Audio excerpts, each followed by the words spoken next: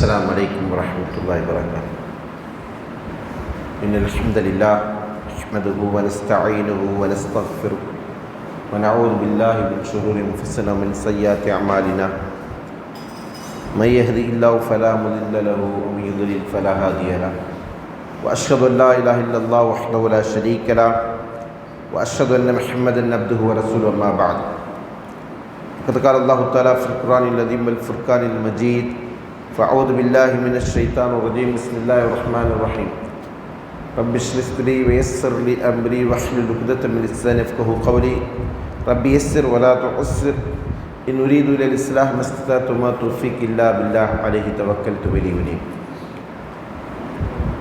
அளவிலா கருணையாளன் நிகரில் அன்பையும் அல்லாஹ்வின் பெயரை கொண்டு ஆரம்பிச்சுகிறேன். அன்புக்குரிய தருமை சகோதரர்களே, பெரியவர்களே, அல்லாஹ்வுடைய அருளால் இமாம் அஹ்லுஸ் சுன்னah என்று போற்றப்படுகிற இமாம் அஹ்மது பின் ஹம்பலுடைய உஸூல் சுன்னah என்கிற நூலை தொடர்ச்சியாக நாம் பார்த்து வருகிறோம். அதில் இன்றைய தினம் கடந்த பாடத்துடைய தொடர்ச்சி, அதாவது இதற்கு முந்தைய வகுப்பிலே வறுமை நாள் தொடர்பான நம்பிக்கை பற்றிய செய்திகளை இமாம் அவர்கள் கூறிக்கொண்டு வந்தார். அதனுடைய தொடர்ச்சியாக இந்த பாடத்தில் அதாபுல் கபரை பற்றிய செய்திகளை இமாம் அவர்கள் குறிப்பிடுகிறார்கள். இமாம் அஹ்மது பின் ஹம்பல் ரஹ்மத்துல்லாஹி அவர்கள் கூறுகிறார்கள்: வல் ஈமானு பி அதாபில் கபரி, அதாபுல் கபரி, கபருடைய வேதனையை குறித்து நம்பிக்கை கொள்ள வேண்டும். வ அன்ன ஹாதிஹில் உம்மா துஃப்தனு ஃபி குபூரிஹா, இந்த உம்மத்தினர்கள், இந்த சமுதாயத்தினர்கள் கபரில் சோதனைக்கு ஆட்படுத்தப்படுவார்கள், சோதனைக்கு ஆளாக்கப்படுவார்கள். வ துஸ்அலு அனில் ஈமானி வல் இஸ்லாமி, ஈமானை குறித்தும் இஸ்லாமை குறித்தும் விசாரிக்கப்படும். இந்த உம்மத்தினரிடத்தில் அல்லாஹு தஆலா கபரிலே விசாரணை மேற்கொள்ளப்படும். அதில் என்ன செய்யப்படும்? ஈமான் என்றால் என்ன, இஸ்லாம் என்றால் என்ன என்பது போன்ற கேள்விகள் கேட்கப்படும். வமன் ரப்புஹு, ரப்பி யார் என்கிற கேள்வி கேட்கப்படும். வமன் நபியுஹு, நபி யார் என்கிற கேள்வி கேட்கப்படும். வயதீஹி முன்கர் வ நக்கீர், அந்த கபராளியிடம் முன்கரும் நக்கீரும், முன்கர் என்பது ஒரு மலக்குடைய பேர், நக்கீர் என்பது இன்னொரு மலக்குடைய பேர். ஆக இப்படியான இரண்டு மலக்குகள் வருவார்கள். கைஃப ஷா அல்லாஹ் அஸ்ஸ வஜல், எப்படி அல்லாஹ் நாடுகிறான் அந்த விதத்தில். மலக்கு எப்படி கபருக்குள்ளே வருவார்கள்? அது அல்லாஹ் அதற்கென்று ஒரு வடிவத்தை நாடி இருக்கிறான், அதன் அடிப்படையில் வருவார்கள். வ கைஃப அராத, இன்னும் அவன் விரும்புவதன் அடிப்படையிலும் அவனுடைய நாட்டத்தின் அடிப்படையிலும் அவர்கள் வருவார்கள். வல் ஈமானு பிஹி வ தஸ்தீக் பிஹி, அதனை உண்மைப்படுத்த வேண்டும், அதனை ஏற்றுக்கொள்ள வேண்டும். இது இரண்டும் கடமையாக இருந்து கொண்டிருக்கிறது, நம்பிக்கையுடைய அம்சமாக இருந்து கொண்டிருக்கிறது என்பதை இமாம் அவர்கள் இந்த பாடத்திலே சொல்லுகிறார்கள். இப்படி சொல்வதற்கான தேவை என்ன அப்படின்னு பார்த்தீங்கன்னா, இஸ்லாமிய சமுதாயத்தின் ஆரம்ப காலத்தில் சில மக்கள் வழிகேடர்கள் தோன்றியதற்கு பிறகு கபருடைய வேதனையை மறுக்க ஆரம்பித்தார்கள். ஜஹ்மியாக்கள், அதே போன்று முஅத்தஸிலாக்கள், அதே போன்று ஹவாரிஜிகளை சார்ந்த சிலர், இவர்களெல்லாம் கபர் வேதனை என்பது உண்மை அல்ல என்று மறுக்க ஆரம்பித்தார்கள். இன்றைக்கும் அது போன்ற மக்கள் நம்மோடு இருக்கிறார்கள். எத்தனையோ கபர்களை நம்ம தோண்டி பார்க்குறோம், தோண்டி பார்த்தா அந்த கபரில் என்ன கிடையாது? ஒன்றுமே இருக்கிறது இல்லை, ஒன்றுமே இருக்கிறது இல்லை. அப்படின்னு சொன்னால் மனிதன் மரணித்து அவனுடைய எலும்புகளெல்லாம் மக்கி மண்ணோடு மண்ணாகி விடுகிறான். அப்படியானால் இந்த கபருடைய வேதனை எங்கிருந்து நடக்கும் என்பதால் இது போன்ற நபருடைய கேள்விகள். இன்னொரு சாரார் என்ன செய்வாங்க? சில கபரை சில காரணங்களுக்காண்டி அடக்கம் செய்யப்பட்ட சில நிமிடங்களிலேயே அல்லது சில மணி நேரங்களிலேயே அதை தோண்டி எடுக்க வேண்டிய சூழ்நிலை உருவாகிறது. அப்படி எடுக்கும்போது கூட என்ன செய்யறாங்க? அங்கே எதுவும் வேதனை செய்யப்படுவதால் கண்டதில்லை. அதனால் என்ன கிடையாது? கபர் வேதனை என்பது கிடையாது. அப்படி இருந்ததுன்னு சொன்னால் நம்ம என்ன செஞ்சிருப்போம்? அதை அறிந்து கொள்வதற்கோ அதை தெரிந்து கொள்வதற்கோ வாய்ப்பு இருக்கிறது. குறிப்பாக இன்றைய காலத்தில் சிலர் என்ன செய்கிறாங்க? நம்ம ஒரு பெரிய தொழில் புரட்சி அல்லது தொழில்நுட்ப புரட்சி ஏற்பட்டிருக்கின்ற காலகட்டத்தில் வாழ்ந்து கொண்டிருக்கிறோம். இப்போ அதனால் அப்படியான ஒரு நிகழ்வு நடந்தால் நமக்கு என்ன செய்வது தெரியறதற்கான வாய்ப்பு இருக்கிறது. பார்த்திங்கன்னா கபர்ஸ்தானில் கூட என்ன செய்யப்பட்டிருக்கும், சிசிடிவி கேமராலாம் வச்சுருப்பாங்க. இப்போ அதெல்லாம் என்ன செய்யணும், ஏதாவது நடக்குதுன்னா பதிவாகணும், வீடியோ காட்சிகளாக ஆடியோக்களாக இருந்தால் மட்டும்தான் நம்ம என்ன செய்ய முடியும், அதை நம்பிக்கை கொள்ள முடியும் என்கிற அடிப்படையில் அறிவார்ந்த வாதத்தை சொல்லி அறிவை முற்படுத்தி கொண்டு இந்த ஆதாரங்களை மறுக்கக்கூடியவர்கள் இருக்கிறார்கள். இப்படியான ஒரு சூழ்நிலையில்தான் இந்த வழிகட்ட மக்களுக்கு பதில் சொல்லக்கூடிய விதத்தில் இமாம் அவர்கள் நினைச்சாங்க, இது அஹ்லுஸ் சுன்னாவுடைய நம்பிக்கை என்பதை தெளிவுபடுத்தும் வண்ணமாக அதில் என்னெல்லாம் இருக்கிறது என்பதை பற்றி சொல்லி காட்டுகிறார். இதன் அடிப்படையில் அதாபுல் கபர் என்பது உண்மைதான் என்பதை முதலாவது சொல்கிறார்கள். இந்த அதாபுல் கபர் என்று சொன்னால் இந்த உலகில் வாழ்கின்ற மனிதர்கள் அனைவருமே என்ன செய்கிறாங்க, மரணித்ததற்கு பிறகு அவருடைய மறுமை ஆரம்பமாகி விடுகிறது. அதாபுல் கபர் என்பது மறுமையோடு சம்பந்தப்பட்ட விஷயம். ஏன் மறுமையோடு சம்பந்தப்பட்ட விஷயம் என்று சொன்னால், ஒரு மனிதன் இந்த உலகத்தில் உயிர் வாழுகிற போது தான் அவனுக்கும் இந்த உலகத்திற்குமான தொடர்பு. எப்போ அவன் மௌத்தாயிட்டானோ உலகத்திற்குமான தொடர்பு முற்றிலுமாக அருந்து விடுகிறது. அவனுடைய மறுமை அப்போது ஸ்டார்ட் ஆயிடுச்சு. ஒருவருக்கு மறுமை என்பது மரணத்தோடையே தொடங்கி விடுகிறது. உண்மையான மறுமை தான் என்ன செய்ய இருக்கு, இனிமே வர இருக்குது. அப்போ அதன் அடிப்படையில் இந்த கபருடைய வாழ்க்கை என்பது அதற்கு தான் என்ன செய்வாங்க, பர்ஸக் என்று சொல்லுவார்கள். பர்ஸக் என்று சொன்னால் உலகத்திற்கும் மறுமைக்கு மத்தியிலான இரண்டிற்கு மத்தியிலான திரை, அதற்கு தான் பர்ஸக் என்று சொல்லுவாங்க. இரண்டிற்கு மத்தியில் இருந்து கொண்டிருக்கிற தடுப்பிற்கு தான் என்ன சொல்லுவாங்க, மொழி ரீதியாக பர்ஸக் என்று சொல்லுவாங்க. இஸ்லாமிய மறுமை ஏன்னா அல்லாஹு தஆலா குர்ஆனில் வந்துச்சுனா பைனஹுமா பர்ஸகுன் லா யப்கியான், இரண்டு கடல்கள் ஒன்றோடு சங்கமிக்கின்றன, அதில் ஒன்று ஒன்றை மீறி விடுவதில்லை. இதில் உள்ள தண்ணி அதில் என்ன செய்யறதில்லை, கலக்கிறதில்லை, அதில் உள்ள தண்ணி இதில் வர்றதில்லை. அப்போ என்ன அர்த்தம், பைனஹுமா பர்ஸகுன், அது ரெண்டுக்கு மத்தியில் என்ன இருக்குது, ஒரு தடை இருக்கிறது. அந்த தடையை மீறி என்ன செய்யறதில்லை, இது ரெண்டும் அங்கேயும் இங்கேயும் போகிறதில்லை அப்படின்றத அல்லாஹ் சொல்லி காட்டுறான். இஸ்லாமிய மரபில் இந்த பர்ஸக் என்பதுடைய பொருள் என்னன்னு சொன்னால், ஒரு மனிதன் மரணித்ததற்கு பிறகு துனியாவிற்கும் அவனுக்கும் இடையில் இருந்து கொண்டிருக்கிற ஒரு இடைப்பட்ட இடம். துனியாவுக்கும் வர முடியாது, அவன் ஆகரத்துக்கும் போக முடியாது. ஆகரத் என்று சொன்னால் மறுமை, சொர்க்கத்திற்கோ நரகத்துக்கோ செல்ல முடியுமானா முடியாது. ஆனால் இந்த இரண்டிற்கும் இடைப்பட்ட ஒரு வாழ்க்கை அவன் வாழ்ந்து கொண்டிருப்பான். உலகத்திற்கு எந்த விதத்திலும் அவனுக்கு சம்பந்தம் இல்லை, அதே போல் மறுமையோடும் அவன் சில முழுமையாக சார்ந்திருக்கல. அப்படியான ஒரு வாழ்க்கை வாழ்வதற்கு பிறகு என்ன செய்வாங்க, பர்ஸக் என்று சொல்லுவாங்க.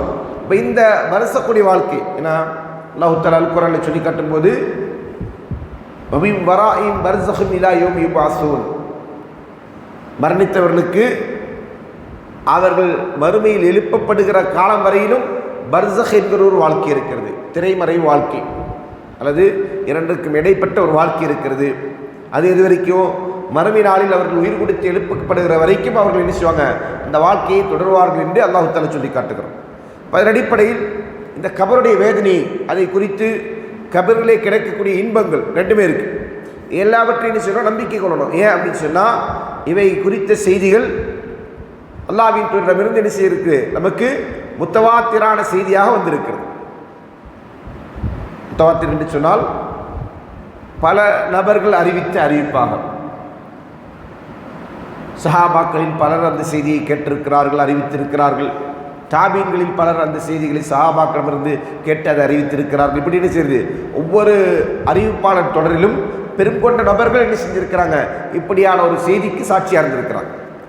இதன் அடிப்படையில் அதாபுல் கபரை பொறுத்தவரையில் அது ரெண்டு வகையாக இருக்குது. அதாபுல் கபர் எத்தனை வகை இருக்குது, ரெண்டு வகையாக இருக்குது. ஒன்று நிரந்தரமான அதாப். இந்த அதாப் யாருக்கு என்று சொன்னால் காஃபிர்களுக்கான அதாப். அல்லாஹ் தஆலா அல் குர்ஆனில் சொல்லி காட்டுகிறான், அன்னாரு யுரதூன அலைஹா உதுவன் வ அஷியா, அவர்களுக்கு காலையிலும் மாலையிலும் நரகம் எடுத்து காண்பிக்கப்படும். கபராளிகளாக இருந்து கொண்டிருக்கிற அவர்களுக்கு. இந்த வசனம் ஃபிரௌனுடைய கூட்டத்தாரை பற்றி பேசுகிற ஒரு வசனம். அவர்கள் நிராகரிப்பாளர்கள், நிராகரிப்பிலேயே மரணித்தவர்கள். அப்போ அப்படி உள்ளவர்களுக்கு தான் என்ன செய்வோம், எல்லா நாளிலும் காலையிலும் மாலையிலும் அவர்களுக்கு நரகத்தை காட்டி அல்லாஹ் தஆலா அச்சுறுத்துகிறான். இதுதான் உன்னுடைய இடம், இங்கே தான் நீ செல்ல இருக்கிறாய் என்று அந்த கபருடைய வாழ்க்கையில் அவர்களுக்கு இடைவிடாது நிரந்தரமான அந்த அதாபுல் கபருடைய வேதனை இருந்து கொண்டிருக்கும் என்பதை நம்ம பார்க்குறோம். இரண்டாவது வகை யாருக்குன்னு சொன்னால், அது குறிப்பிட்ட காலம் இருக்கக்கூடிய அதாபுல் கபர். நம்பிக்கை கொண்டவர்களாக இருந்து கொண்டு அதிலே பாவிகளாக இருந்தவர்களுக்கு என்ன செய்யப்படும்? அல்லாஹ் நாடினால் அந்த அவருடைய பாவங்களுக்கேற்ப அல்லாஹ் நாடுகின்ற காலம் வரையிலும் அவர்களுக்கான கபருடைய வேதனை இருக்கும். பிறகு சில பேருக்கு என்ன செஞ்சிடும்? அவர்களுடைய அந்த பாவங்களுடைய தண்டனை காலம் முடிந்து விட்டது என்று சொன்னால் அது முற்று பெறும். அல்லது அவர்களுக்காக வேண்டி பிரார்த்திக்கின்ற அவருடைய சந்ததிகளுடைய துவாவின் மூலமாக என்ன செய்யப்படும்? அதாபுல் கபர் என்பது துண்டிக்கப்படும் என்பதுதான் இது குறித்து நம்முடைய நம்பிக்கை. அல்லாஹ்வின் தூதர் ஸல்லல்லாஹு அலைஹி வஸல்லம் அவர்களுடைய செய்தியாக உஸ்மான் ரலியல்லாஹு சொன்னாங்க. இதை உஸ்மான் ரலியல்லாஹுடைய பணியாளனாக இருந்த ஹானி என்பவர் சொல்லுவாங்க, கான உஸ்மான் ரலியல்லாஹு இதா வகஃப அலா கபரின் பகா ஹத்தா யபுல்லு லிஹ்யத்தஹு. உஸ்மான் ரலியல்லாஹு அவர்கள் கபருக்கு முன்னால் நின்றார்கள், ஆனால் அழுவார்கள். எந்த அளவுக்கு அழுவாங்கன்னா அவருடைய தாடி நனையும் அளவுக்கு அழுவார்கள். அப்போ அவரை பார்த்து என்ன செய்றாங்க? கேட்குறாங்க, ததுக்குருள் ஜன்னத்த வன்னார ஃபலா தபுக்கி வ தபுக்கி மின் ஹாதா. சொர்க்கத்தை நரகத்தை எல்லாம் சொல்லும்போது கூட, அதை நினைவுட்டுங்கிற போது கூட நீங்கள் என்ன செய்யறதில்லை? அழுகிறது இல்லை. ஆனால் கபரை பார்த்தா மட்டும் நீங்கள் அழுகிறீங்களே அப்படின்னு கேட்ட உடனே அவர் சொல்கிறாங்க, இன்ன ரசூலுல்லாஹி ஸல்லல்லாஹு அலைஹி வஸல்லம் கால, அல்லாஹ்வின் தூதர் அவர்கள் சொன்னார்கள், இன்னல் கபர அவ்வலு மன்சிலின் மின் மனாசிலில் ஆகிரா. நிச்சயமாக இந்த கபர் தான் மறுமையுடைய தங்குமிடங்களில் முதன்மையான தங்குமிடம். ஃபைன் நஜா மின்ஹு ஃபமா பஅதுஹு ஐஸர் மின்ஹு. இங்கே யாராவது தப்பிச்சிட்டாங்கன்னு சொன்னால் இதுக்கு பின்னாடி உள்ள வாழ்க்கை அவனுக்கு என்னது? ரொம்ப இலகுவானது.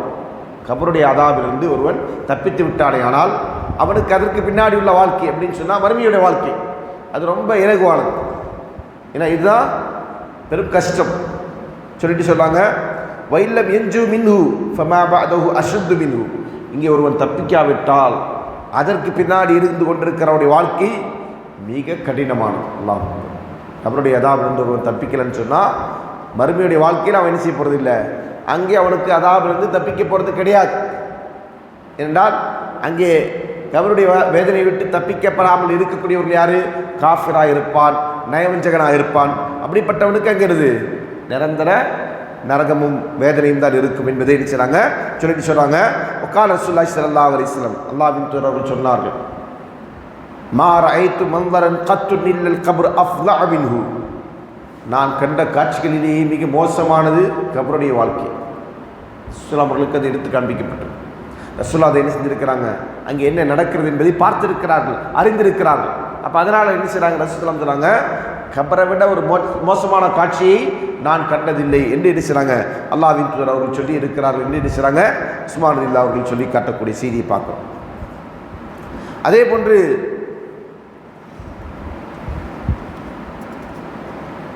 இன்னொரு அறிவிப்பில் வரும்போது,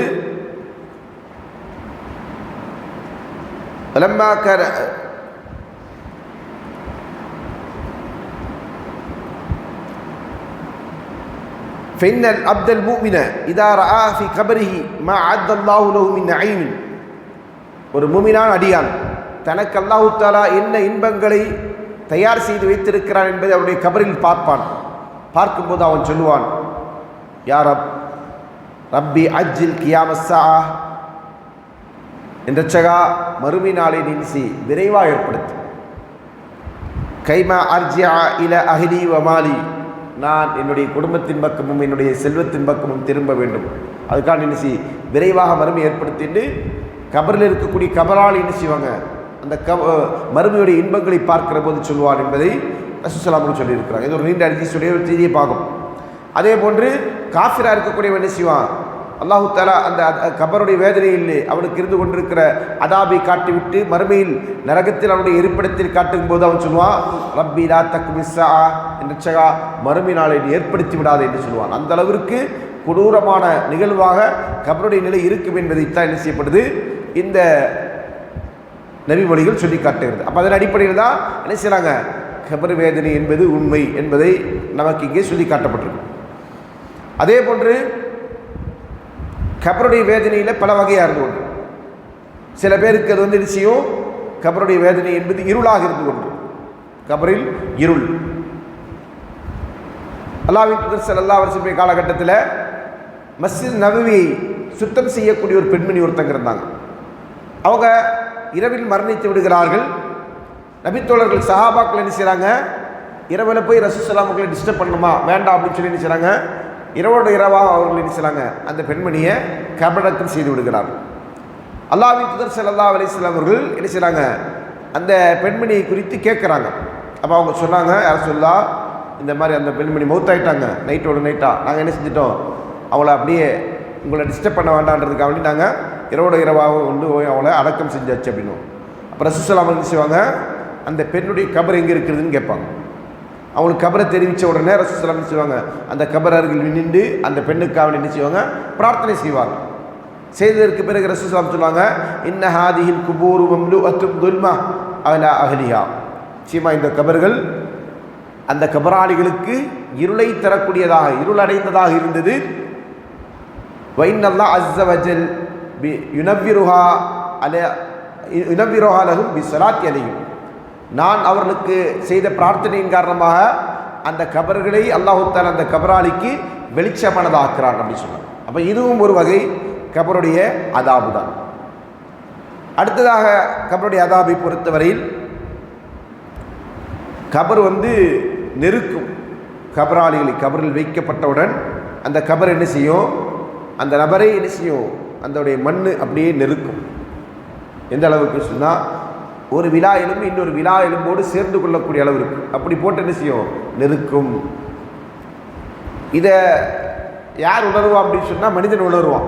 எப்படி உணர்வான், இந்த மனிதன் என்பவன் எப்படின்னு சொன்னால், நமக்குள்ளே என்ன இருக்குது, ரூஹ் என்கிற ஆன்மா இருந்து கொண்டு இருக்கிறது, ஜஸத் என்கிற இந்த உடல் இருந்து கொண்டிருக்கு. ரெண்டுமே சேர்ந்தாதான் மனிதன். இந்த மனிதனாக இருக்கிற நாம எப்போ நம்முடைய உடல்லேருந்து இந்த ரூஹை கலட்டப்படுகிறதோ, உயிர் என்பது பறிக்கப்படுகிறதோ, அப்போ நம்ம என்ன செய்கிறோம், உயிரற்ற உடலாக மாறுகிறோம். உயிரற்ற உடலாக நம்ம மாறினாலும் நம்முடைய ரூஹ் என்ன செய்யும், அது உயிரோடு தான் இருக்கும். அதற்கு உயிர் இருந்து கொண்டு தான் இருக்கு. அதனால தான் அந்த ரூஹ் என்ன செய்யுது, தன்னை சுற்றிலும் நடக்கக்கூடியதை சொல்லிக் கொண்டிருக்கு. அடக்கம் செய்யப்படுகிற வரையிலும், அடக்கம் செய்யப்பட்டதற்கு பிறகும் அந்த ரூஹானது என்ன செய்யப்படும், எல்லா நிகழ்வுகளையும் அதை அறிந்து கொண்டு, அது தன்னை சுற்றி நடக்கக்கூடிய நிகழ்வுகளை அறிந்து கொண்டு அதிலிருந்து செய்யும் வேதனை அடையவும் என்பதை அல்லாஹ்வின் தூதர் ஸல்லல்லாஹு அலைஹி வஸல்லம் சொல்லியிருக்கிறாங்க. இப்போ அதன் அடிப்படையில் இந்த கபரில் வைக்கப்பட்ட ஒரு மனிதன் அந்த கபருடைய அழுத்தத்திற்கு ஆளாவான். எந்த அளவுக்கு சொன்னால், ஒரு விழா எலும்பு இன்னொரு விழா எலும்போடு சேர்த்து கொள்ளக்கூடிய அளவிற்கு என்ன செய்யும், அந்த மௌத்திற்கு என்ன செய்யும், அந்த நெருக்குதல் இருக்கும். அது யாரும் அதிலிருந்து தப்பித்து விட முடியாது. அது ஒரு கொடுமையான நிகழ்வு. அல்லாஹ்வின் தூதர் ஸல்லல்லாஹு அலைஹி வஸல்லம் அவர்கள் அதில் சிறியவர்கள், பெரியவர்கள், நல்லவர்கள், கெட்டவர்கள் என்று யாருமே அதில் தப்பிக்க முடியாது என்று சொல்லி அதை என்ன செஞ்சிருக்கிறாங்க, எல்லோருக்கும் இருக்கிறது என்று சொன்னாங்க. ஏன்னா சஅத் பின் முஆத் ரலியல்லாஹு அவர்களை பற்றி சொல்லும்போது சொன்னாங்க, ஹுவல்லதி தஹர்ரக லிமௌத்திஹில் அர்ஷ். சஅத் பின் முஆத் ரலியல்லாஹு அவர்களுடைய மரணத்திற்காக வேண்டி அர்ஷ் அசைந்தது. வஃபுத்திஹத் லஹு அப்வாபுஸ் ஸமா, வானத்துடைய கதவுகள் அவர்களுக்காக வேண்டி திறக்கப்பட்டது. வஷஹித லஹு 70 அல்ஃப மினல் மலாயிகா, 70,000 மலாயிகா அவருடைய ஜனாசாவில் கலந்து கொண்டார்கள். இப்படி ஒரு சிறப்புக்குரியவராக இருந்து கொண்டிருக்கிற இந்த சஅத் பின் முஆத் ரலியல்லாஹு அவர்கள், அவரை பற்றி ரசூல் ஸல்லல்லாஹு அலைஹி வஸல்லம் சொன்னாங்க, ஹாதல்லதி தஹர்ரக லஹுல் அர்ஷ் வஃபுத்திஹத் லஹுல் அப்வாபுஸ் ஸமா வஷஹித லஹு 70 அல்ஃப மினல் மலாயிகா லக்கத் லம்ம லம்மத்தன் சும்ம ஃபரஜ அன்ஹு. இவர் கபரில் என்ன செய்யப்படுது, ஒரு அழுத்தம் அழுத்தப்பட்டார், ஒரு நெருக்குதல் நெருக்கப்பட்டார், பிறகு அந்த நெருக்குதல் என்ன செய்யப்படுது, அவருக்கு விடுவிக்கப்பட்டது என்று நபி ஸல்லல்லாஹு அலைஹி வஸல்லம் சொல்கிறாங்க. இன்னொரு அறிவிப்பில் என்ன சொல்கிறாங்க, இன்னலில் கபரி லக்தத்துன், கபருக்கு என்று ஒரு நெருக்குதல் இருக்குது, ஒரு அழுத்தம் இருந்து கொண்டிருக்குது. லவ் கான அஹதன் நாஜியன் மின்ஹா நஜா சஅத் பின் முஆத், அதிலிருந்து யாராவது தப்பிக்கக்கூடியவங்களாக இருந்தாங்கன்னு சொன்னால் சஅத் பின் முஆத் ரலியல்லாஹு தப்பிச்சிருப்பாங்க. அவருக்கு அந்தளவுக்கு அல்லாஹ்விடத்தில் சிறப்பு இருக்குது. ஏன்னா அவருடைய மரணத்திற்காக வேண்டி தான் இருந்தது, அல்லாஹ்வுடைய அர்ஷ் அசைந்தது அப்படின்னு சொன்னால் அல்லாஹ் வந்து சந்தோஷப்பட்டான். தன்னுடைய நேசத்துக்குரிய ஒரு அடியான் மரணித்து அல்லாஹ்வை சந்திக்க வருவதை கண்டு அல்லாஹ் சந்தோஷம் அடைந்தான். அல்லாஹ்வுக்கு மகிழ்ச்சி அடையுதல் என்பது அல்லாஹ்வுடைய பண்பு. அதனுடைய வெளிப்பாடாக என்ன செஞ்சது? அர்ஷ் அசைந்தது. இதை சில பேர் மொழிபெயர்க்கும் போது அர்ஷ் நடுங்கியதுன்னு சொல்லி மொழிபெயர்ப்பாங்க. நடுங்கியதுன்னு அர்த்தம் பயத்தால், அப்படிதானே? அப்படி சொல்லிட்டு தான் என்ன செய்வாங்க, அந்த ஹதீஸை மறுப்பாங்க. ஹதீஸை மறுக்கிற கூட்டம் என்ன செய்வாங்க, இந்த ஹதீஸுக்கு பொருள் கொள்ளுகிற போது முதலில் பிழையான பொருளை கொள்வார்கள், பிறகு என்ன செய்வாங்க, ஹதீஸை மறுப்பாங்க. இப்படிதான் வழிகடர்களுடைய நம்பிக்கை. இந்த ஹதீஸுடைய பொருள் என்ன? அர்ஷ் அசைந்தது. எதுக்காக அர்த்தம்? ஹித்தஷல் அர்ஷ் என்று ஒரு சில ரிவாயத்தில் வரும் சஹீஹ் புகாரியுடைய அறிவிப்பில். அர்ஷ் குலுங்கியது. எதற்காண்டி குலுங்கியது அப்படின்னா அது வேறு அறிவிப்புகளை வருது, மகிழ்ச்சியால், சந்தோஷத்தால் அப்படின்னு. அப்போ அந்த அடிப்படையில் இவனுடைய வருகைக்காண்டி அர்ஷை சந்தோஷப்பட்டது, குலுங்கியது. அதே போன்று அவனுக்காண்டி வானவர்களுடைய வாசல்கள் திறக்கப்பட்டது. மலாய்க்கா 70,000 மலாய்க்கா என்ன செஞ்சாங்க, அவருடைய ஜனாசாவில் கலந்து கொள்வதற்காண்டி வந்தாங்க. அப்படியெல்லாம் சிறப்புக்குரிய ஒரு நபித்தோழர், அவருக்கு கூட என்ன கிடைக்கல, இந்த கபருடைய அழுத்தத்திலிருந்து விடுதலை இல்லை. அது அவரையும் அழுத்தியது என்று சொன்னால் அது எல்லோரையும் என்ன செய்யும், அழுத்தும் என்பதுதான் அதனுடைய பொருள். எந்த அளவுக்குன்னா சிறுவர்கள் கூட அல்லாஹ்வின் தூதர் ஸல்லல்லாஹு அலைஹி வஸல்லம் சொன்னாங்க, லவ் அஃப்லத் அஹதும் மின் லம்மத்தில் கப்ரி லனஜா ஹாதா ஸிபி. ஒரு சிறுவனுடைய ஜனாசாவை அடக்கி விட்டு சொல்கிறாங்க, இந்த கபருடைய நெருக்கத்திலிருந்து யாராவது தப்பித்து விட முடியும் என்றிருந்தால் இந்த சிறுவன் தப்பித்திருப்பான் அப்படின்னு சொல்லுவாங்க. அப்படி எல்லோருக்குமே அது இருந்து கொண்டிருக்கிறது என்பதை நாம் என்ன செய்யணும், புரிந்து கொள்ளணும். அடுத்ததாக இமாம் அவர்கள் சொன்னாங்க இல்லையா, இந்த உம்மத்தினர்கள் இந்த கபரில் சோதனை செய்யப்படுவார்கள். இமாம் அவருடைய வாசகத்தில் சொன்னாங்க, துஃப்தனு ஹாதிஹில் உம்மா, இந்த உம்மத்தினிசையும் கபரில் சோதனை செய்யப்படுவார்கள்னு சொன்னாங்க. அப்போ அந்த ஃபித்ரத்துல் கபர் எப்படி இருக்குன்னு சொன்னால் அதற்கு பல்வேறு விதமான வடிவங்களை நம்ம ஆதாரங்களை பார்க்குறோம், ஹதீஸ்களை பார்க்குறோம். ஒரு அடியான் கபரில் வைக்கப்பட்ட போது அவரிடத்தில் என்ன செய்வாங்க, மிகவும் கொடூரமான தோற்றத்தில் மலாய்க்கா வருவார்கள், மலக்கு வருவார்கள். ரசூலுல்லாஹி ஸல்லல்லாஹு அலைஹி வஸல்லம் சொன்னாங்க, இதா குபிரல் மையத்து, ஒரு மையத் கபரில் வைக்கப்பட்டால் அல்லது உங்களில் ஒருவர் கபரில் வைக்கப்பட்டால் அப்படின்ற வாசகம் வந்திருக்கு. அத்தாவு மலக்கானி அஸ்வதானி அஸ்ரக்கானி, அவரிடத்தில் என்ன செய்யும், கடுமையான கருப்பு நிறம் கொண்ட, இருண்ட கருப்பு நிறம் கொண்ட, கண்கள் நீல நிறம் கொண்ட 2 மலக்குகள் வருவார்கள். யுகால் யஹனிமா அல் முன்கர் வலில் ஆஹிரி நக்கீர். அதில் ஒருத்தருடைய பேர் தான் என்னது, முன்கர், இன்னொருவருடைய பேர் தான் நக்கீர். அந்த தலைப்பை சொல்லும்போது இமாம் அவர்கள் சொன்னாங்க, முன்கர் நக்கீர் என்கிற மலக்கு என்ன செய்வாங்க, அல்லாஹ் நாடிய விதத்தில் வருவார்கள். அவர்கள் என்ன செய்வாங்க, கேள்வி கேட்பாங்க, சோதனை செய்வாங்க, அந்த விசாரணை இருக்கும் என்பதை சொல்லி காட்டினாங்களா. அப்போ அந்த பேருடையவர்கள் யார், இவங்க தான்.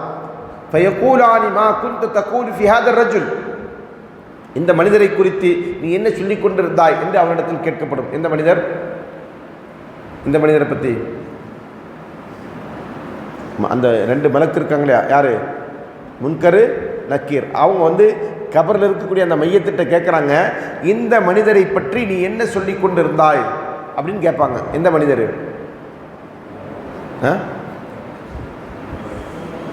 மாஷா அல்லாஹ், முஹம்மது ஸல்லல்லாஹு அலைஹி வஸல்லம் அவர்களை பற்றி.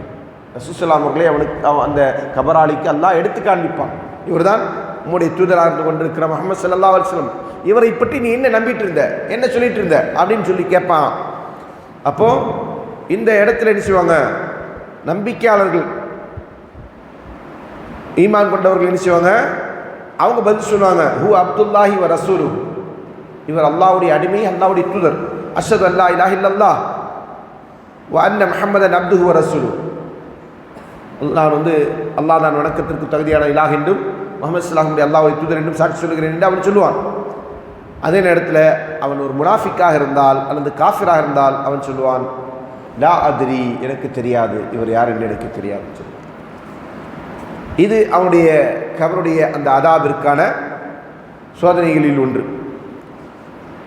இதை பற்றி பல்வேறு ஹதீஸ்கள் இருக்குது, எல்லாத்திலையும் என்ன செய்யப்படும், இந்த விஷயங்களை சொல்லப்பட்டிருக்கும். சரிங்களா?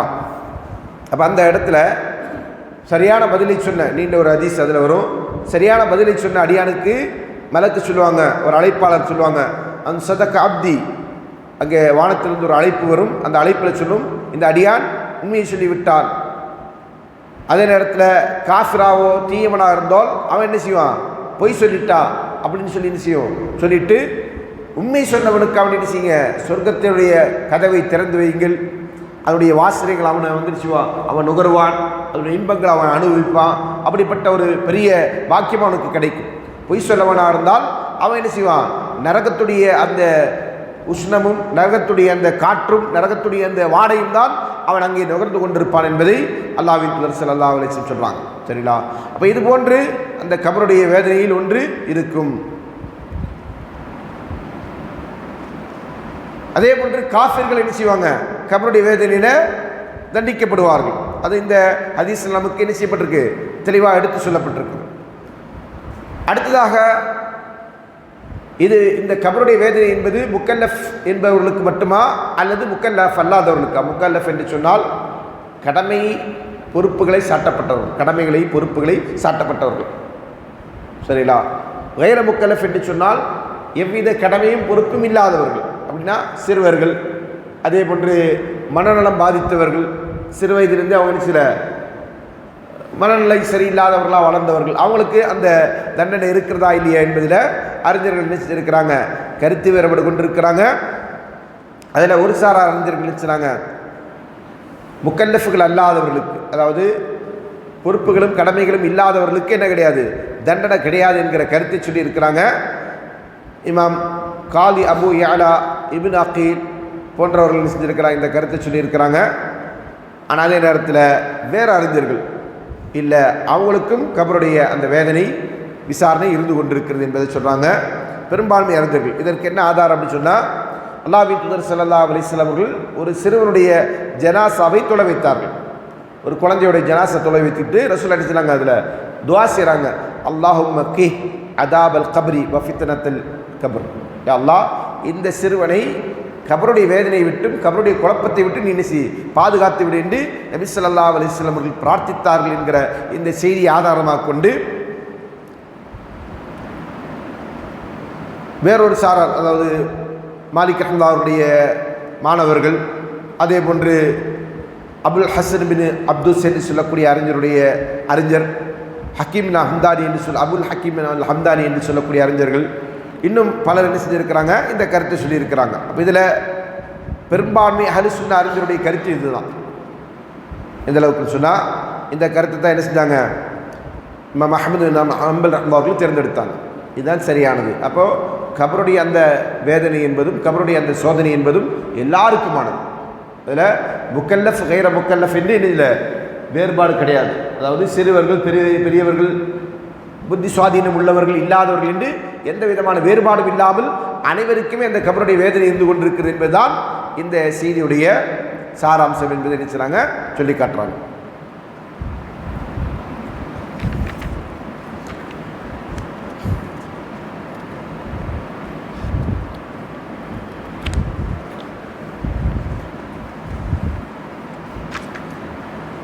இந்த அதாபுல் கபரை பற்றி அதாபுல் கபரை சில கூட்டம் மறுக்கிறாங்கன்னு சொல்ல முடியாது. முஅ்தஸிலாக்கள் மறுக்கிறாங்க, அதே போன்று ஹவாரிஜிகள் மறுக்கிறாங்க, பல வழிகட்ட சித்தாந்தக்கூடியவர்கள் நாத்திகர்கள் மறுப்பார்கள். இப்போ இவங்கெல்லாம் மறுக்கிறதுக்கான காரணம் அப்படின்னு சொன்னால், இந்த முஅ்தஸிலாக்களும் ஹவாரிஜிகள்லாம் மறுக்கிறதுக்கான காரணம் அது நேரடியாக என்ன சில குரானில் வரல அப்படின்றது அவங்களுடைய வாதம். குரானில் வரல, அப்படி ஒன்று இருந்தால் குரானில் என்ன செஞ்சுருக்கணும், சொல்லப்பட்டிருக்கணும், ஹதீஸில் மட்டும்தான் இருக்குன்றது அவங்களுடைய வாதம். இதை பற்றிய செய்திகள் குரானிலும் இருக்கிறது. சரிங்களா? இமாம் புகாரி அவர்கள் கிதாபுல் ஜனாயிஸ் என்கிற அந்த பாடத்தில், அவருடைய புத்தகத்தில், சஹீஹ் புகாரி என்கிற புத்தகத்தில் என்ன செய்கிறாங்க, கிதாபுல் ஜனாயிஸ், ஜனாசா தொழுகை பற்றிய பாடம் என்கிற ஒரு தலைப்பில் கொண்டு வர்றாங்க. அதில் என்ன செய்கிறாங்க, அதாபுல் கபரை பற்றி சொல்லும்போது சொல்லுவாங்க, பாபு மா ஜா ஃபி அதாபில் கபர், அதாபுல் கபர் சம்பந்தமாக வந்திருக்கக்கூடிய செய்திகள் என்று ஒரு தலைப்பிடுறாங்க. அந்த தலைப்பில் என்ன செய்கிறாங்கன்னா, குரான் வசனத்தை தான் அவர் கொண்டு வர்றாரு. பொதுவாக இமாம் புகாரி அவருடைய பாணி அப்படி தான். ஒரு தலைப்பு சொன்னாங்கன்னா அந்த தலைப்பில் முதல்ல என்ன செய்வாங்க, ஆயத்துக்கள் என்ன இருக்கோ அதெல்லாம் மென்ஷன் பண்ணிடுவார். அப்புறம் தான் என்ன செய்வாங்க, ஹதீஸுகளை கொண்டு வருவார். ஒரு ஹதீஸ் தொகுத்து அறிஞர் தான், ஆனால் அந்த ஹதீஸை தொகுக்கும் போது பாடத்திற்கு தலைப்பிடும் போது முதல்ல என்ன செஞ்சுருவாங்க, அந்த தலைப்பில் முதல்ல ஆயத்துக்களாக கொண்டு வருவாங்க. அப்போ அவர் என்ன செய்கிறாங்க, அதில் இந்த பாடத்திற்கு தலைப்பிடும் போது அதாபுல் கபர் இருக்கிறது என்கிற தலைப்பை போடுகிற போது அவங்க செய்கிறாங்க சில வசனங்களை மேற்கோள் காட்டுறாங்க. முதல்ல வசனம் வந்து இது ظالمون في غمرات الموت والملائكة باسطوا أيديهم أخرجوا أنفسكم اليوم تجزون عذاب الهون. அதில் ஒரு வசனம் இந்த வசனம் சூரத்துல் அஹ்காஃப் என்கிற சொல்லக்கூடிய அத்தியாயத்தில் வரக்கூடிய வசனம். இதில் என்ன சொல்கிறாங்க, மலாய்க்கா அவர்களுடைய அந்த அநியாயக்காரருடைய மரண நேரத்தில் அவங்க மௌத்தின் போது மரணத்தின் போது மலாய்க்காவினர்கள் என்ன செய்வாங்க, தங்களுடைய கைகளை விரித்து வைத்து கொண்டு உங்களுடைய உயிர்களை வெளியேற்றுங்கள் அப்படின்னு சொல்லுவாங்க. இன்றைய நாள் நீங்கள் என்ன செய்வீங்க, இழிவடையக்கூடிய அதாபின் பக்கம் நீங்கள் திருப்பப்படுவீர்கள் என்று அவர்கள் சொல்வார்கள். இழிவான வேதனையின் பக்கம் நீங்கள் திருப்பப்படுவீர்கள் என்று அந்த மலாய்க்கா அவர்களை பார்த்து சொல்வார்கள் என்று அல்லாஹ் தஆலா சொல்லி காட்டக்கூடிய இந்த வசனத்தை சொல்லி காட்டுறார். பிறகு இன்னொரு வசனம் அல்லாஹ் சொல்கிறான், சனுஅதிபுஹும் மர்ரத்தைனி சும்ம யுரத்தூன இலா அதாபின் அலீம். நாம் 2 முறை அவர்களை தண்டிப்போம், அதன் பின்னர் கடுமையான வேதனையின் பக்கம் நாம் அவர்களை திருப்புவோம் அப்படின்னு அல்லாஹ் சொல்கிறான்.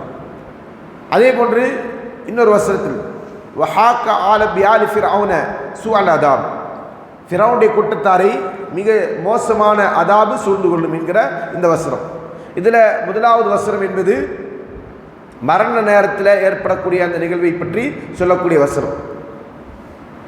2வது வசனம் என்ன, மனிதனுக்கு 2, அதாவது நயவஞ்சனாக இருக்கக்கூடியவன் நிராகரிப்பாளனாக இருக்கக்கூடியவனுக்கு 2 அதாப் இருந்து கொண்டிருக்கிறது. எப்போ, கியாமத்தினால் ஏற்படுகிற அதாபுக்கு முன்னாடி. அப்போ அதில் ஒன்று என்ன, உலகத்தில் ஏற்படுகிற சோதனைகள் கஷ்டங்கள். இன்னொன்று என்னது, கபரில் ஏற்படக்கூடியது. ஒன்று உலகத்தில் ஏற்படக்கூடிய சோதனைகள் கஷ்டங்கள் நெருக்கடிகள் ஒன்று. 2வது என்னது, கபருடைய அதாப். அதான் இந்த வசனம் என்ன செய்யுது சொல்லுது. அப்போ குர்ஆனில் ஆதாரம் இருக்கா இல்லையா அப்படின்னு கேட்டால் குர்ஆனில் ஆதாரம் இருக்கு. சரிங்களா, அப்படின்றத நம்ம புரிந்து கொள்ளணும். அடுத்தது 3வது வசனம். 3வது வசனம் என்ன சொல்லுது அப்படின்னு சொன்னால் அது ஒரு மிக தெளிவான சான்று கபருடைய வேதனைக்கு. ஏன் அப்படின்னு சொன்னால் ஃபிரௌனுடைய கூட்டத்தாரை பற்றி அல்லாஹ் என்ன சொல்றான், அன்னாரு யுரதூன அலையா குதுவம் வாஷியா, காலையிலும் மாலையிலும் அவர்களுக்கு நரகம் எடுத்து காண்பிக்கப்படுகிறது. யாருக்கு, ஃபிரௌனுடைய கூட்டத்தாருக்கு. வயௌம யகூமு ஸாஅத்து அத்கிலு ஆல ஃபிரௌன அஷத்தல் அதாப். அடுத்த அல்லாஹ் என்ன சொல்றான், மறுமையினால் நிகழும்போது அல்லாஹ் தஆலா அவர்களை கடுமையான வேதனையின் பக்கம் அல்லாஹ் அவர்களை திருப்புவான் என்று, அல்லாஹ் கடுமையான வேதனைக்குள்ள அவர்களை நுழைவிப்பான் என்று அல்லாஹ் சொல்றான். அப்போ மறுமை நாளுக்கு முன்னாடி அவங்களுக்கு வேதனை இருக்குன்னா அது எங்க வேதனை, காலையில் மாதிரியும் நரகம் எடுத்து காண்பிக்கப்படுவது எங்க, கபருடைய வாழ்க்கை. இப்போ இது இன்னுமே அப்பட்டமான சிறு தெளிவு. இமாம் குர்துபி ரஹ்மத்துல்லாஹி சொன்னாங்க, வல் ஜும்ஹூர் அலா அன்ன ஹாதல் அர்ல், இந்த நரகம் காண்பிக்கப்படுவது என்பது ஃபில் பர்ஸஹி, அது பர்ஸஹுடைய வாழ்க்கையில் தான், கபருடைய வாழ்க்கையில் தான் என்பதில் பெரும்பான்மை அறிஞர்கள் சொல்லியிருக்கிறாங்க. ஓஹோ ஹுஜ்ஜத்துன் ஃபி தஸப்புத்தி அதாபுல் கபர், அதாபுல் கபர் இருக்கிறது உண்மை என்பதை உறுதி செய்வதற்கான மிகப்பெரிய சான்றாக இந்த வசனம் இருந்து கொண்டிருக்கு நினைச்சாங்க இமாம் குர்துபி ரஹ்மத்துல்லாஹி அவர்கள் நினைச்சாங்க அவருடைய விரிவுரையில் சொல்லி காட்டுறாங்க. அதே போன்று இன்னொரு வசனத்தை நம்ம நினைச்சலாம், இதற்கு இஷாராவான சபிக்கிறையான ஒரு ஆதாரமாக சொல்லி காட்டுறாங்க. அல்லாஹ் தஆலா சொல்கிறான், யுஸப்பித்துல்லாஹு அல்லதீன ஆமனு பிகௌலின் ஸாபித்தின் ஃபில் ஹயாத்தித் துன்யா வ ஃபில் ஆখিরা, நம்பிக்கை கொண்டவர்களை நாம் இவ்வுலக வாழ்க்கையிலும் மறு உலக வாழ்க்கையிலும் என்ன செய்வோம், உறுதியான சொல்லின் மூலம் உறுதிப்படுத்துவோம் என்று அல்லாஹ் சொல்றான். ஈமான் கொண்டவர்களை உலகத்துடைய வாழ்க்கையிலும் சரி மறுமையுடைய வாழ்க்கையிலும் சரி அல்லாஹ் என்ன செய்வான், உறுதியான சொல்லின் மூலம் உறுதிப்படுத்துவான். உறுதியான சொல் என்று சொன்னால் எழுது லா இலாஹ இல்லல்லாஹ் என்பது இல்லை, அதான் உறுதியான சொல். அந்த சொல்லின் மூலமாக அல்லாஹ் என்ன செய்வான், துனியாவில் அவங்களை உறுதிப்படுத்துவான், அடுத்தது ஆகிரத்தில் உறுதிப்படுத்துவான்னு சொல்கிறான். ஆகிரத்தில் உறுதிப்படுத்த வேண்டிய தேவையில்லை. ஏன்னா ஒன்று அங்கே என்ன செய்யும், உனக்கு சொர்க்கமாகும் இல்லையா நரகமாகும். சொர்க்கம் கிடைச்சவனுக்கு ஆல்ரெடி அவன் உறுதியாக இருக்க போய் தான் சொர்க்கத்துக்கே போகிறான் இல்லையா. நரகம் கிடைச்சவன் அவன் உறுதி இல்லாதவனாக இருந்தால் நரகத்துக்கு போயிட்டான். அப்போ 2 இதுக்கு இடைப்பட்ட நிலை வேறு இல்லை. அப்போ அதுக்கப்புறம் ஒரு உறுதியை பாட்டு எங்கே கிடைக்கும் அப்படின்னு சொன்னால் அதை பற்றி இந்த வசனத்திற்கான விளக்கமாக ஹதீஸ்கள் வரக்கூடிய செய்தி என்ன, ரசூலுல்லாஹி ஸல்லல்லாஹு அலைஹி வஸல்லம் சொன்னாங்க, இதா அகாதல் முஃமினு ஃபி கபரிஹி, ஒரு முமின் கபரில் அமர வைக்கப்பட்டால், அதான் மலாயிக்கா அவன்கிட்ட விசாரிக்கிறதுக்கு வேண்டி உட்கார வைக்கப்படுறாங்க. அத்தா சும்ம ஷஹீத அல்லா இலாஹ இல்லல்லாஹ் வ அன்ன முஹம்மது ரசூலுல்லாஹ், பிறகு அவன் சொல்றான் அஷ்ஹது அல்லா இலாஹா இல்லல்லாஹ் வ அஷ்ஹது அன்ன முஹம்மது ரசூலுல்லாஹ்னு சொல்றான். அதாவது விசாரணையின் போது அது வேற ஒரு ஹதீஸ்ல தெளிவாக வரும். மலக்கு அவன்கிட்ட கேள்வி கேட்பாங்க, அப்போ அவன் நிச்சயமா பதில் சொல்றான்னு. அந்த நிலை தான் என்னது? ஃபதாலிக யுஸபித்துல்லாஹு அல்லதீன ஆமனு பிகௌலி ஸாபித். அதான் என்னது? அல்லாஹ் தஆலா ஈமான் கொண்டவர்களை உறுதியான சொல்லின் மூலமா உறுதிப்படுத்துவான். எங்கே? ஆஹிரா. ஆஹிரா என்றால் கபருடைய வாழ்க்கை. இப்போ கபருடைய வாழ்க்கை இன்னொரு ஹதீஸில் வரும்போது சொன்னாங்க, இந்த வசனம் நஸ்லத் ஃபி அதாபில் கபர், அதாபுல் கபர் சம்பந்தமாகத்தான் இந்த வசனம் அருளப்பட்டது என்று சொல்கிறாங்க. அல்லாஹ்வின் தூதர் ஸல்லல்லாஹு அலைஹி வஸல்லம் கூறிய செய்தி இன்னொரு ஆதாரத்தில் நம்ம பார்க்குறோம். சரிங்களா? அப்போ இது போன்று அதாபுல் கபர் என்பது உண்மை என்பது தெரிவிக்கக்கூடிய பல்வேறு விதமான சான்றுகள் குர்ஆனிலும் இருக்கிறது, சுன்னாவிலும் இருக்கிறது. ஆனால் என்ன பிரச்சனை அப்படின்னு சொன்னால், அந்த சான்றுகளை அறிந்து கொள்ளாதவர்கள் என்ன செஞ்சாங்க? அதை அவருடைய மனமுரண்டாக மறுத்தார்கள் என்பதை தான் நம்ம பார்க்குறோம். சரிங்களா? இதைத் தொடர்ந்து அதாபுல் கபரை ரசூலுல்லாஹி அலைஹி வஸல்லம் செவிமடுக்கிறாங்க. அதை பற்றிய செய்திகள் ரசூலுல்லாஹி அலைஹி வஸல்லம் ஒரு சுவரை, அதாவது பனு நஜ்ஜாருடைய கோத்திரத்துடைய ஒரு தோட்டத்தை கடந்து செல்கிற போது அவருடைய குதிரை என்ன செய்யுது? இடையுது. அப்போ ரசூலுல்லாஹி என்ன செய்கிறாங்க? கேட்குறாங்க, இங்கே யார் இருக்கிறாங்க அப்படின்னு. அங்கே ஒரு 5-6 பேர் என்ன செஞ்சுருக்கிறாங்க? 4-5-6 பேர் என்ன செய்கிறாங்க? கபர் அடக்கம் செஞ்சுருக்கிறாங்க. அப்போ இந்த கபரில் இருக்கக்கூடியவங்களை பற்றி யாருக்கு தெரியும் அப்படின்னு கேட்கும்போது என்ன செய்கிறாங்க? இவங்க எப்போ மரணிச்சாங்க அப்படிங்கும்போது இவங்களாம் என்ன செஞ்சாங்க? ஷிர்கில் மௌத்தானவங்க அப்படின்றாங்க. பிறகு ரசூலுல்லாஹி சொன்னாங்க, இன்ன ஹாதிஹில் உம்மா துப்தலா ஃபீ குபூரிஹா, இந்த சமுதாயத்தினர்கள் கபரில் சோதனை செய்யப்படுகிறார்கள் என்று சொல்லிவிட்டு, ஃபௌலோலா அன் ததாஃபனு லதஅவுத்துல்லாஹ யுஸ்மிஅக்கும் மின் அதாபில் கபர் அல்லதி அஸ்மா மின்ஹு, நீங்கள் உங்களில் மரணித்தவர்களை அடக்கம் செய்யாமல் போவீர்கள் என்பது மட்டும் இல்லாமல் இருந்தால் நான் என்ன செஞ்சிருப்பேன்? இந்த கபரில் உள்ளவங்களுக்கு என்ன வேதனை செய்யப்படுது என்பதை பற்றி நான் கேட்குறேனோ அது உங்களையும் கேட்க வச்சிருப்பேன். கபருடைய வேதனை நடந்து கொண்டிருக்கிறத ரசூலுல்லாஹி என்ன செய்கிறாங்க? கேட்குறாங்க, காதால் கேட்குறாங்க. அதை என்ன செய்கிறாங்க? நான் உங்களையும் கேட்க வச்சிருப்பேன்னு சொல்கிறாங்க. வந்த நிகழ்வுகள் என்ன செய்கிறாங்க? ரசூலுல்லாஹி அவர்கள் அதாபுல் கபரை கேட்டார்கள் என்பது நமக்கு தெரிகிறது. சரிங்களா? இன்னொரு செய்தி, ரசூலுல்லாஹி அவர்கள் என்ன செய்கிறாங்க? 2 கபரை கடந்து செல்கிறாங்க. அப்போது ரசூலுல்லாஹி சொன்னாங்க, இன்னஹுமா லா யுஅத்திபானி வமா யுஅத்திபானி ஃபி கபீர், இந்த 2 கபரில் இருக்கக்கூடியவர்கள் அதாபு செய்யப்படுறாங்க பெரும்பாவங்களுக்காக வேண்டி அல்ல. ஒன்று, அவங்கள பற்றி சொல்லும்போது லா இஸ்தத்திர் மின் பௌலிஹி வலா இஸ்தன்சி மின் பௌலிஹி, 2 விதமான செய்தி வரும்.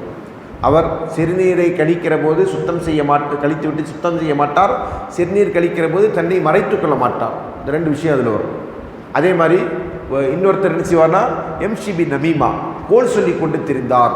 இப்போ இதன் காரணமாக என்ன செய்யுது? கபருடைய வேதனை இருந்து கொண்டிருக்கிறது என்பதை பற்றி ரசூலுல்லாஹி சொல்லுவாங்க. இப்படி கபர் வேதனையை ரசூலுல்லாஹி அவர்கள் கேட்டிருக்கிறாங்க. அந்த கேட்ட செய்தி என்ன செஞ்சுருக்கிறாங்க? ரசூலுல்லாஹி மற்றவர்களுக்கும் கேட்க வைத்திருப்பாங்க. எதனால் கேட்க வைக்காம போயிட்டாங்க? அதை கேட்டால் மனிதன் என்ன செய்ய மாட்டான்? தன்னில் மரணித்தவர்களை அடக்கம் செய்வதற்கு முன் வர மாட்டான். அது அந்தளவுக்கு கொடூரமாக இருக்கும். அந்தளவுக்கு கொடூரமான சத்தம். எந்த அளவுக்குன்னு சொன்னால், மனிதர்களையும் ஜின்களையும் தவிர மற்ற படைப்புகள் என்ன செய்யுது? அதை கேட்குது. அதனால தான் சில நேரங்களில் கபரிஸ்தானுக்கு பக்கத்தில் என்ன செய்யலாம்? சில விலங்குகளுடைய வினோதமான கூக்குரலை நம்ம கேட்போம். சில விலங்குகள் அங்கே இருந்துட்டு அது என்ன செய்யும்? ஒரு இயல்பான அதோடைய அந்த அழுகையை போன்று அல்லாமல் இயல்புக்கு மாற்றமான ஒரு சில அழுகைகள் அது வெளிப்படுத்தும். அது எதனால்? அதுக்கு அது உணர்றதுனால தான். அப்படியான நிகழ்வு இருக்கிறது என்பதை என்ன செய்றாங்க? அல்லாஹ்வின் தூதர் ஸல்லல்லாஹு அலைஹி வஸல்லம் சொல்றாங்க, மனிதனுக்கும் ஜின்களுக்கும் அதை கேட்க வச்சோம்னா நம்ம என்ன செய்ய மாட்டோம்? நம்ம மௌத்தை கண்டு நம்ம அஞ்சு ஓடுவோம், மரணித்தவர்களை கண்டு ஓடுவோம், கபருக்குழியை விட்டு ஓடுவோம். அப்படியான ஒரு நிலை உண்டாகும் என்பதை ரசூலுல்லாஹி அலைஹி சொல்லி காட்டுறாங்க. இதை தொடர்ந்து இன்ஷா அல்லாஹ் நம்ம இது கொஞ்சம் நீண்ட தலைப்பு என்பதனால் என்ன செய்கிறேன், நான் நிறுத்திக்கிறேன். இதை தொடர்ந்து கபருடைய இன்பமும் அதாபும் அதனுடைய தன்மை என்ன என்பதை பற்றிய செய்தி நம்ம பார்க்க இருக்கிறோம். இன்ஷா அல்லாஹ் அதை தொடர்ந்து இந்த தலைப்பை நம்ம முழுமைப்படுத்தும் அடுத்த அமர்வில். ஏன்னா இன்னும் நிறைய செய்திகள் இதை ஒட்டி சொல்ல வேண்டியிருக்கு என்பதனால. சரிங்களா? முடிச்சுக்கலாமா? சுப்ஹானக்கல்லாஹும்ம வ பிஹம்திக அஷ்ஹது அல்லா இலாஹா இல்லா அன்த அஸ்தக்ஃபிருக வ அத்தூபு இலைக்.